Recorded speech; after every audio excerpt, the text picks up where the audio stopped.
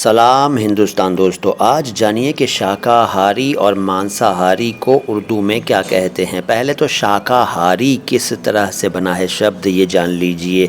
शाकाहारी में शाक शब्द है, आहार शब्द है और ई शामिल है। शाक मतलब सब्ज़ी, सब्ज़ियाँ, साग वगैरह मतलब हरी सब्ज़ियाँ शाक कहलाती हैं हिंदी में।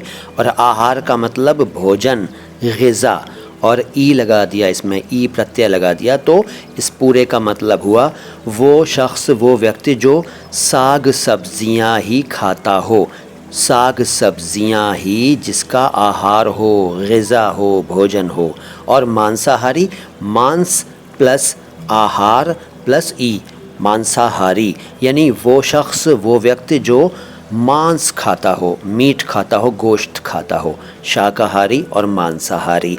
अब इनको उर्दू में क्या कहेंगे? पहले शाकाहारी। शाकाहारी को उर्दू में कहेंगे सब्ज़ी खोर। सब्ज़ी तो आप समझते ही हैं और खोर का मतलब खाने वाला, यानी वो शख्स जो सब्ज़ियाँ खाता हो, शाकाहारी, सब्ज़ी खोर।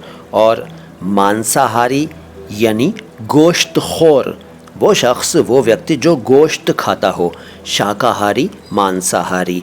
अब ये बताने की तो ज़रूरत है नहीं कि जो मांसाहारी होता है वो शाकाहारी भी होता है, लेकिन जो शाकाहारी होता है वो मांसाहारी नहीं होता। मतलब शाकाहारी कहते ही उसे हैं जो गोश्त नहीं खाता, मीट नहीं खाता, मगर जो गोश्त खाता है वो सब्ज़ियां भी खा लेता है। वीडियो कैसा लगा? अच्छा लगा है तो लाइक कीजिए, अच्छा नहीं लगा है तो डिसलाइक कीजिए। चैनल को सब्सक्राइब नहीं किया है तो कर लीजिए। सलाम हिंदुस्तान।